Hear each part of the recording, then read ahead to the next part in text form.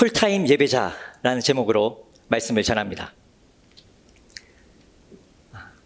일반적으로 직장에서 근무하시는 분들의 근무 형태를 구분할 때 시간에 따라서 파트타임 근무자와 풀타임 근무자로 나누죠. 파트타임 근무자는 하루에 정해진 시간 중 특정한 짧은 시간을 정해서 몇 시간 동안만 맡은 일을 해내는 사람을 말합니다. 풀타임 근무자는 하루에 정해진 근무 시간 내내 맡겨진 일을 해내는 사람을 말하고요. 오늘날 믿음으로 산다고 말하는 성도 중에도 파트타임 예배자와 풀타임 예배자가 있습니다. 파트타임 예배자란 자신의 일생 중 특정한 시간대와 장소에서 몇 시간 동안만 예배드리는, 즉 삶의 극히 일부만을 드리는 사람입니다. 반면에 풀타임 예배자란 자신의 일생 내내 예배드리는, 즉 삶의 전부를 드리는 사람입니다. 이것을 좀 더 구체적으로 설명드리면, 파트타임 예배자는 주일 예배, 새벽 기도회, 수요 기도회, 금요 기도회, 수련회, 부흥회 등과 같이 교회가 정한 예배 시간에 정기적으로 출석하여 예식에 따른 종교 행위를 다 하고 나면 자신은 온전한 예배를 드렸다고 생각합니다. 그러므로 이 파트타임 예배자에게 예배란 특정한 시간과 공간에서만 이루어지는 종교의식과 종교행위만을 의미한다고 말할 수 있죠. 그래서 결국 하나님은 이 파트타임 예배자의 일생에서 대부분의 시간을 예배받지 못하는, 곧 일주일의 시간 중 대략 2시간 정도만 섬김을 받으시고 그것을 대가로 나머지 모든 시간을 그 예배자에게 봉사하셔야만 하는 처량하고 불쌍한 신으로 전락해버립니다.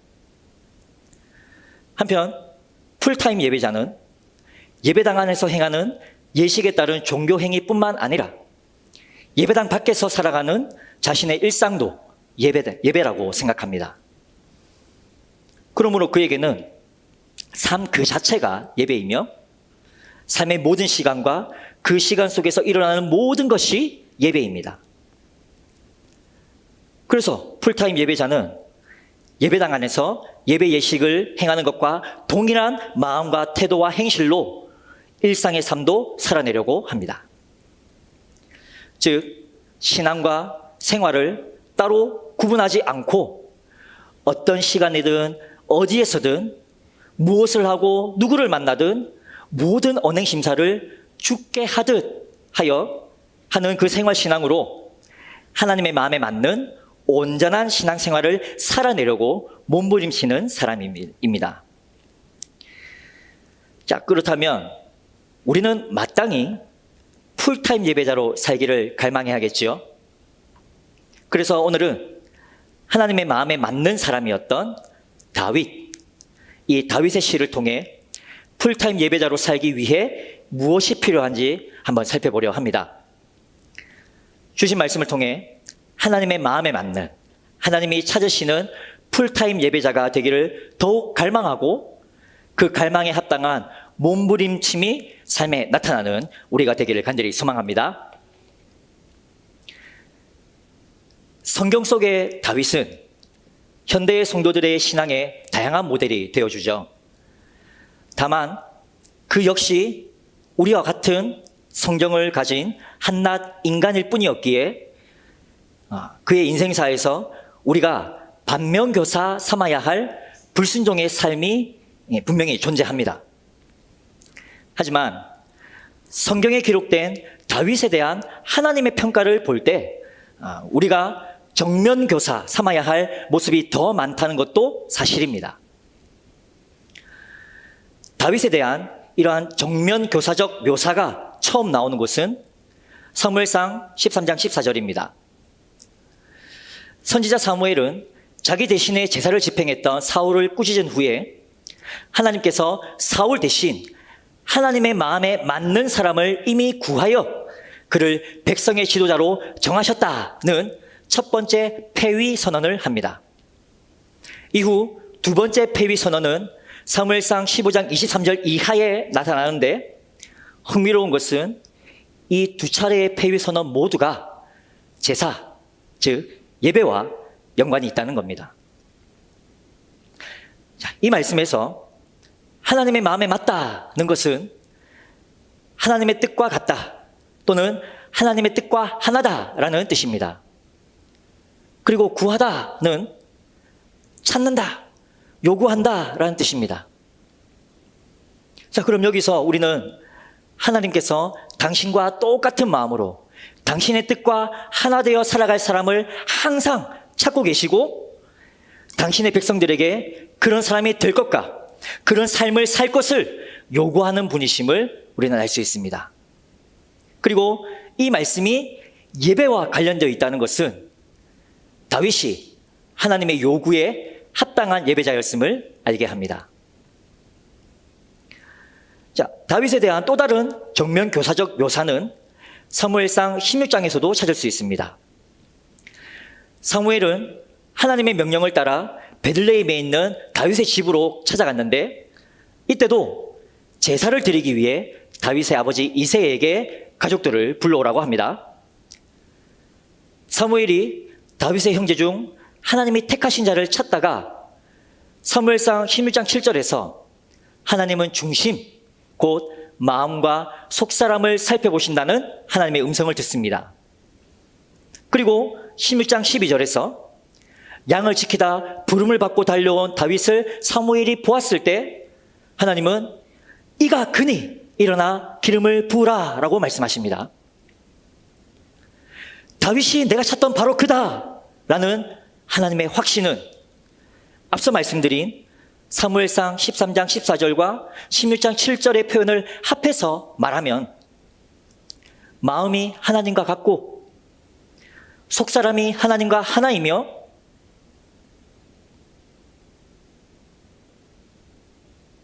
죄송합니다. 마음이 하나님과 같고 속사람이 하나님과 하나이며 하나님의 법대로 행하여 하나님의 요구에 합당한 삶을 살 사람이 바로 다윗임을 하나님께서 친히 인정하신 겁니다.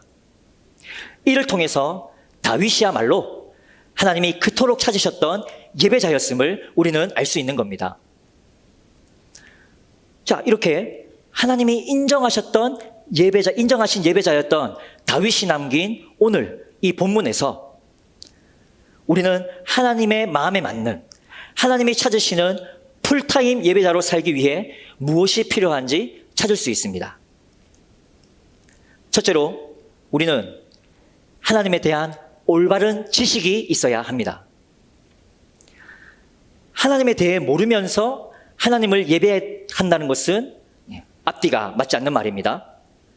그러므로 성도가 하나님께 온전한 예배를 드리려면 반드시 하나님을 제대로 알아야 합니다. 그러나 인간은 스스로 하나님을 알 수 없고 또 찾을 수도 없기에 하나님께서 당신을 드러내 알려주셔야만 알 수 있습니다. 그래서 하나님은 피조세계와 이 기록된 말씀으로 당신이 어떤 분인지 알려주셨습니다. 먼저 우리는 피조세계를 통해서 하나님이 누구신지 알 수 있습니다.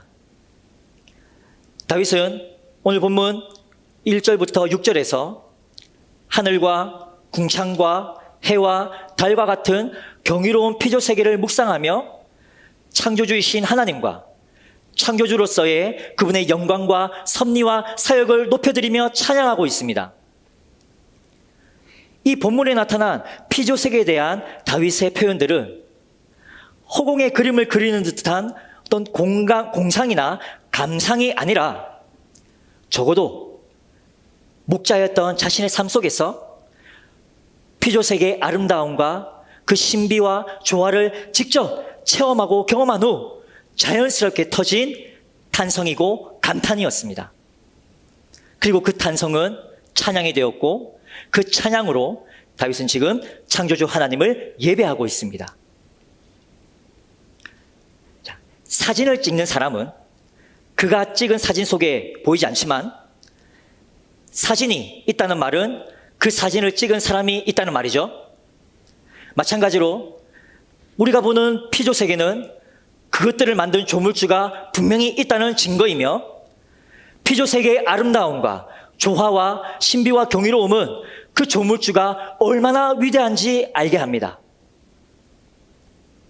우리는 성경을 통해서 그 위대한 조물주가 바로 하나님이심을 알고 믿으며, 우리도 삶의 현장 곳곳에서 피조세계의 경이로움을 수시로 경험합니다. 그러므로 하나님은 그 경험이 우리의 단순한 감동과 감탄에서 끝나지 않기를 원하시며, 창조 이후 지금까지 피조세계를 통해 끊임없이 드러내어 알려주고 계신 창조 사역의 영광과 섭리와 위대함, 그리고 그 큰일을 행하신 창조주 하나님을 높이며 찬양하며 경배하길 원하시는 분이라는 것을 우리는 반드시 알고 예배드려야 합니다.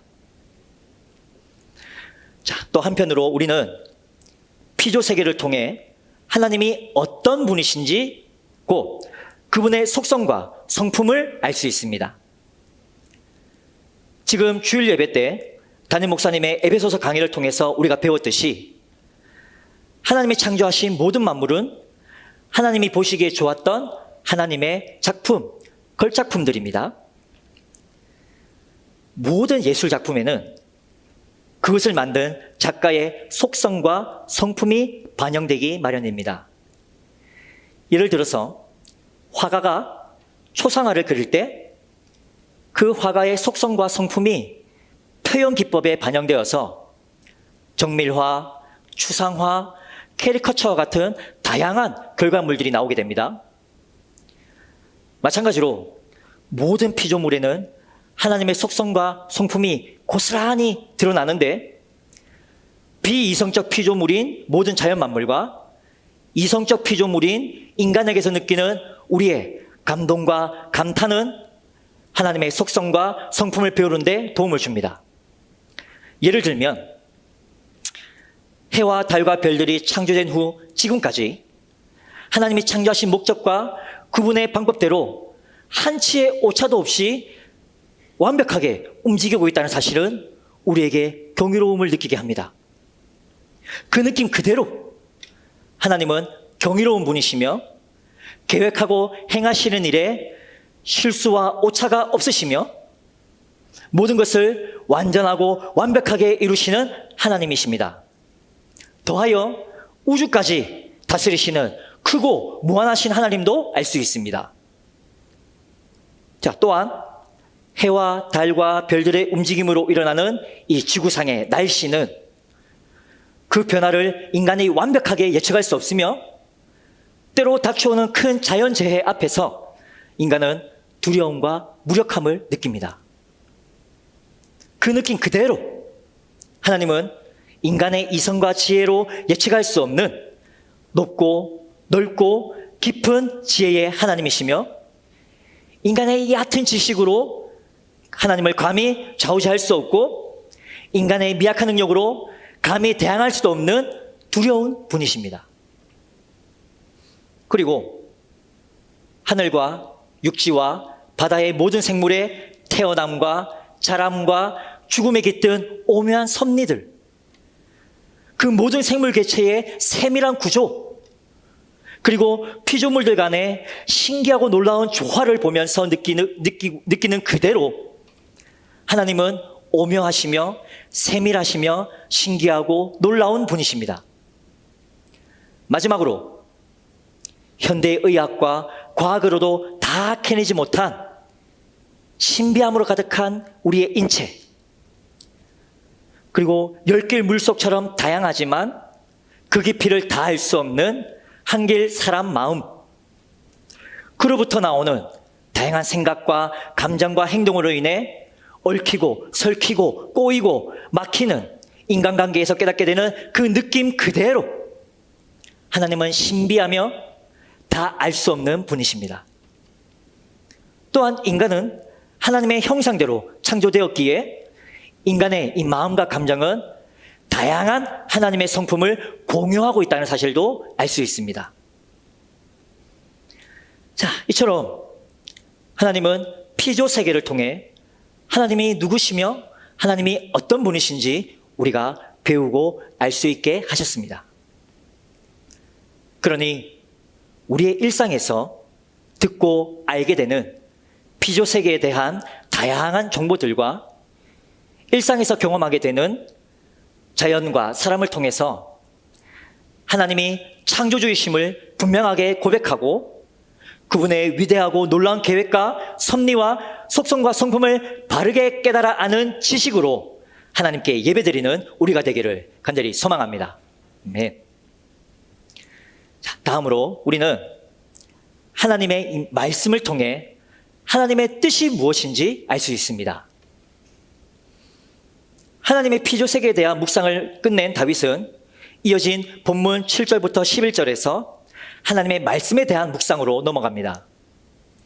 여기에서 다윗은 하나님의 말씀을 율법, 증거, 교훈, 계명, 여호와를 경외하는 도, 여호와의 법이라고 표현하면서 하나님께서 다양한 방법과 통로로 당신의 뜻을 우리에게 분명히 알려주셨음을 가르쳐줍니다.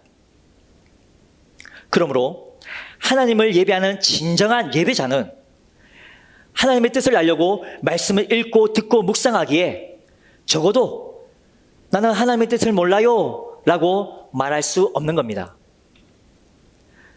자, 또한 다윗은 하나님의 말씀이 단순한 문자가 아니라 소성시킨다, 지혜롭게 한다, 기쁘게 한다, 눈을 밝게 한다 와 같은 표현으로 그분의 말씀 자체가 살아 움직이는 생명력 있는 말씀이라는 사실도 강조하고 있습니다. 이것들 또한 다윗의 직감이나 상상으로 말하는 것이 아닙니다. 다윗은 자신의 인생에서 하나님의 말씀을 통해 쓰러진 곳에서 다시 일으킴을 받았었고 말씀의 지혜로 나라를 위기에서 구했었고 자신의 몸과 마음이 지칠 때 말씀으로 안식과 기쁨을 얻었었고 자신이 불순종할 때 말씀이 자신의 눈을 다시 밝혀 돌이키게 한 경험이 있었기 때문에 이 하나님의 말씀을 향하여 영원하고 의롭다라고 찬양하는 겁니다. 이렇게 살아있는 말씀의 능력을 경험하여 하나님의 뜻을 더욱 분명히 알게 된 다윗은 본문 10절과 11절에서 하나님의 말씀을 순금보다 더 사모하며 꿀보다 더 달디단 하나님의 말씀을 갈망합니다. 또한 사모하고 갈망한 만큼 말씀에 순종하려고 몸부림쳤던 자신의 삶을 담대히 하나님 앞에 내어놓으며 그분이 주실 상을 바라고 있습니다. 이처럼 우리의 일상에서도 말씀을 읽고 듣고 묵상하는데 사모함과 갈망함이 더욱 넘치기를 소망합니다. 또한 읽고 듣고 묵상하여 깨달아 알게 된 하나님의 뜻을 삶 속에서 실천하기 위해 부지런히 몸부림치며 그 몸부림치는 삶이 하나님께 믿음의 증거가 되어서 의인들에게 예비된 상을 기대하는 우리가 되기를 간절히 소망합니다. 자, 풀타임 예배자로 살기 위해 둘째로 우리는 철저한 회개의 자리로 나아가야 합니다. 본문 12절과 13절에서 다윗은 하나님께 철저한 회개와 간구의 기도를 드리고 있습니다. 피조 세계에 드러난 하나님의 영광과 위엄, 그리고 말씀을 통해 깨달은 하나님의 뜻을 대면한 자는 가장 먼저 자신의 죄성을 자각하게 되어 있습니다. 하나님이 누구시며 어떤 분이신지, 그리고 그분의 뜻이 무엇인지 제대로 알게 된 자는 마치 거대한 MRI 기계 속에 들어가 있는 것처럼 하나님의 불꽃 같은 눈이 자신의 내면을 샅샅이 감찰하신다는 것을 깨닫습니다. 그래서 본문처럼 기도할 수밖에 없습니다. 주님, 저의 숨은 허물, 곧 제가 미처 깨닫지 못한 죄까지도 깨끗하게 씻어주십시오. 저의 의지로 짓는 죄의 소나기에 다시는 잡히지 않도록 저를 지켜주십시오 라고 말입니다. 이렇게 하나님을 제대로 알고 하나님 앞에 제대로 서 있으면 우리는 자신이 어떤 존재인지 철저하게 깨닫게 됩니다. 때로는 하나님 앞에서 나의 의로움을 내세우며 자신을 변화하려 해보지만 결국 하나님의 위대하심 앞에 작고 연약한 죄인인 자신을 발견할 뿐이며 자신의 노력으로는 하나님께 결코 의롭다 여김을 받을 수 없는 진상 중에 진상이라는 사실을 철저하게 깨닫습니다. 그래서 우리는 본문 13절의 고백처럼 하나님이 저를 용서해 주신다면 그때에야 저는 온전하게 되어서 모든 끔찍한 죄악을 벗어버릴 수 있을 겁니다 라고 고백할 수밖에 없게 됩니다. 이러한 회개의 기도가 없는 예배자는 결코 하나님이 찾으시는 참된 예배자가 될 수 없습니다. 하나님의 피조 세계와 하나님의 말씀을 통해 하나님이 누구시고 어떤 분이시며 그분의 뜻이 무엇인지 깨달은 자는 자신이 언제나 하나님 앞에 서 있는 자임을 압니다. 그러므로 우리 자신이 예배당 안에서든 예배당 밖에서든 언제나 하나님 앞에 서 있는 자임을 잊지 말고 예수 그리스도의 피를 힘입어 거룩하신 하나님 앞에 담대히 그러나 겸손히 나아가 정결과 성결과 죄악으로부터의 보호하심을 강구하는 우리가 되기를 간절히 소망합니다. 네. 자, 이렇게 철저한 낮아짐과 깨어짐과 자기 죽음 이후에 피어난 생명의 기도가 본문 14절에서 이어지고 있습니다. 우리 화면을 보며 같이 한번 읽어볼까요? 시작. 나의 반석이시요 나의 구속자이신 여호와여, 내 입의 말과 마음의 묵상이 주님 앞에 연락되기를 원하나이다. 아멘. 풀타임 예배자로 살기 위해 마지막 셋째로 우리의 모든 삶은 하나님께서 연락하시는 제물이 되어야 합니다. 다윗이 피조 세계를 묵상하면서 고백한 대로 하나님은 만물과 자기를 지으신 위대한 기초요 반석이십니다. 또한 하나님의 말씀을 묵상하며 고백한 대로 하나님은 구속하시고 살리시며 새롭게 하시는 분이십니다. 그리고 그 하나님은 약속의 말씀을 신실하게 지키시고 실행하시는 여호와 하나님이십니다. 그런 하나님께 다윗은 다시 한번 약속의 말씀을 의지하여 간구합니다. 나의 입술의 말과 나의 마음의 묵상이 주님 앞에 연락되기를 원합니다. 여기서 입술의 말은 문자 그대로 말뿐만 아니라 겉으로 드러나는 모든 표정과 말과 행동을 말합니다. 그리고 마음의 묵상은 내면에서 일어나는 모든 마음과 감정과 생각을 말합니다. 그러므로 입술의 말과 마음의 묵상이란 자신의 겉사람과 속사람, 곧 자신의 전 인격과 모든 행위를 말합니다. 그리고 이 기도에서 중요한 단어는 연락되다입니다. 자, 이 연락되다는 구약의 제사에서 제물을 흠량하다, 제물을 기쁘게 받다라는 뜻입니다. 이는 곧 하나님께서 예배를 기쁘게 즐거이 받으신다는 말과 같습니다. 그래서 정리하면 본문 14절의 다윗의 이 마지막 간구는 저의 전인격과 모든 삶을 하나님께 제물로 바치오니 기쁘게 받아주십시오 라는 기도입니다. 다시 말하면 하나님, 제 삶의 풀타임 예배를 기쁘게 받아주십시오 라는 말과 같습니다. 하나님이 찾으시는 풀타임 예배자가 하나님이 요구하시는 예배를 드리려 할 때 이 기도야말로 하나님 앞에 드릴 만한 최고의 기도가 아닙니까? 우리가 하나님이 찾으시는 예배자가 되기를 원하고 하나님이 요구하시는 대로 예배 드리기를 원한다면 이 기도야말로 우리가 하나님께 드려야 할 가장 중요한 기도가 아니겠습니까? 예배자에게 가장 큰 기쁨은 하나님께서 예배를 기쁘게 받으시는 겁니다.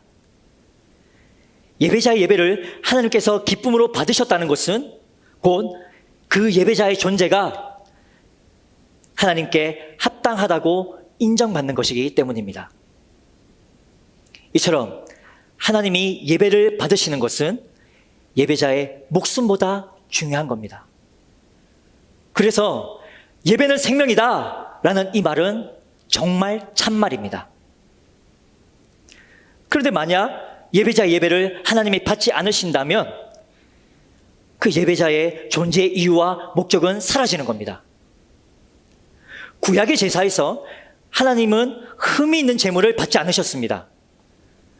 자, 이 사실을 이 말씀에 대입하면 내 입의 말과 마음의 묵상에 흠이 있으면, 즉 하나님의 마음에 맞지 않는 것이 있으면 하나님은 그것을 받지 않으신다는 말입니다. 그래서 우리는 말씀 앞에서 항상 우리 자신을 돌아보고 점검해야 합니다. 나의 전 인격과 모든 행함에 흠이 있는지, 그 흠이 곪고 썩어서 악취가 나는지 살펴야 합니다. 내가 하프타임 예배자인지 풀타임 예배자인지 살펴야 합니다. 그런데 애석하게도 우리의 전인격과 모든 삶이라는 이 재물은 우리가 어떤 노력과 몸부림으로 최선을 다해 깨끗하게 만들려 해도 결코 하나님이 흠양하실 만한 거룩한 재물이 될 수 없습니다. 하지만 예수님을 의지하면 인정받을 수 있습니다. 왜냐하면 이 본문의 표현대로 예수님이 우리의 반석이시요 우리의 구속자이시기 때문입니다. 그러므로 예수님의 보혈은 우리의 삶의 재물을 거룩한 재물이 되게 하십니다. 예수 그리스도로 옷 입고 나아가면 하나님은 우리를 의의 자녀라고 인정해 주십니다. 예수님의 손을 잡고 나아가면 하나님은 우리의 예배를 연락해 주십니다. 이와 같이 오직 예수 그리스도 안에서 하나님의 요구에 합당한 하나님의 마음에 맞는 예배가 이곳에서 그리고 우리의 삶의 모든 현장에서 드려지기를 간절히 소망합니다. 오직 예수 그리스도를 통해 하나님이 찾으시는 풀타임 예배자로 살아가는 우리의 일생이 되기를 간절히 소망합니다. 할렐루야. 아멘. 자, 이제 말씀을 정리하겠습니다. 노래 가사를 하나 보여드리겠습니다. 정한 시간 성전에 앉아 찬양으로 만문을 열며 간절히 구하고 말씀을 새기며 구별된 예물로 감사를 드리네. 정한 시간 내 자리에서 성령의 빛을 따라 살며 겸손히 말하고 진리를 행하며 감사의 열매로 내 삶을 드리네. 예배는 삶으로, 삶은 예배로 내 인생을 주께 바칩니다.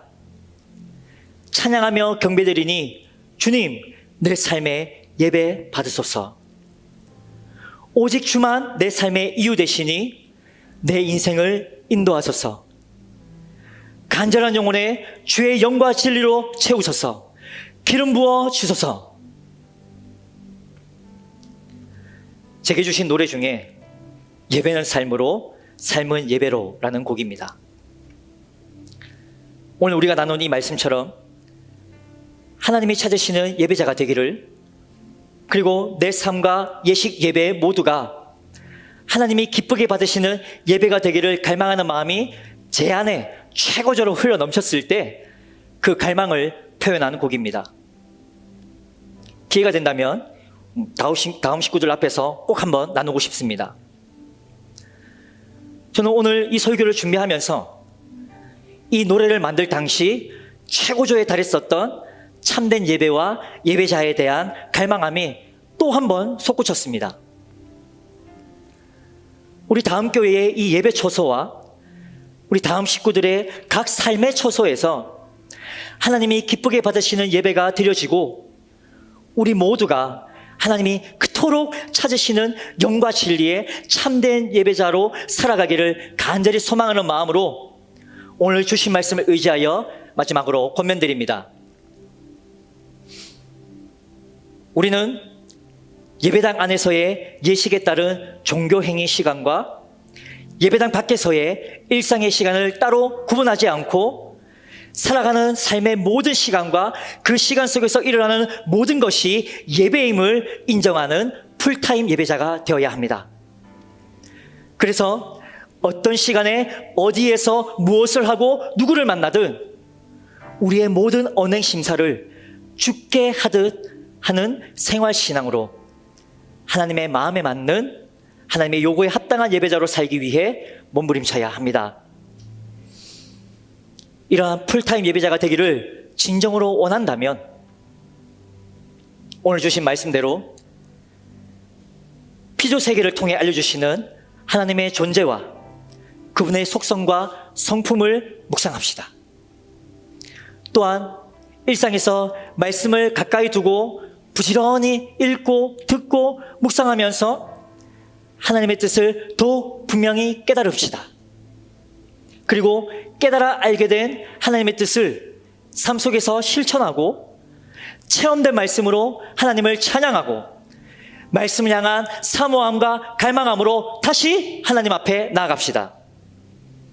그리하면 우리는 거룩한 하나님 앞에 늘 서 있는 죄인임을 깨달아 항상 자신을 돌아보고 점검하게 될 것입니다. 그리고 이를 통해서 반석이시요 구속자이신 예수 그리스도께 소망을 둘 때 오직 그분 안에서만 우리의 전인격과 우리의 모든 삶을 하나님이 기쁘게 받으시는 제물로 드릴 수 있게 될 것입니다. 이 시간 주신 말씀을 함께 읽고 설교를 듣고 그 들은 말씀을 묵상하며 기도의 자리로 나아가는 우리 각 사람이 하나님이 그토록 찾으시던 풀타임 예배자가 되기를 간절히 소망합니다. 또한 우리의 전인격과 모든 삶으로 하나님이 기쁘게 연락하시는 예배를 드리며 삶에서 일어나는 모든 언행 심사가 하나님의 마음에 맞는 하나님의 요구에 합당한 예배가 되기를 원하고 바라고 기도합니다.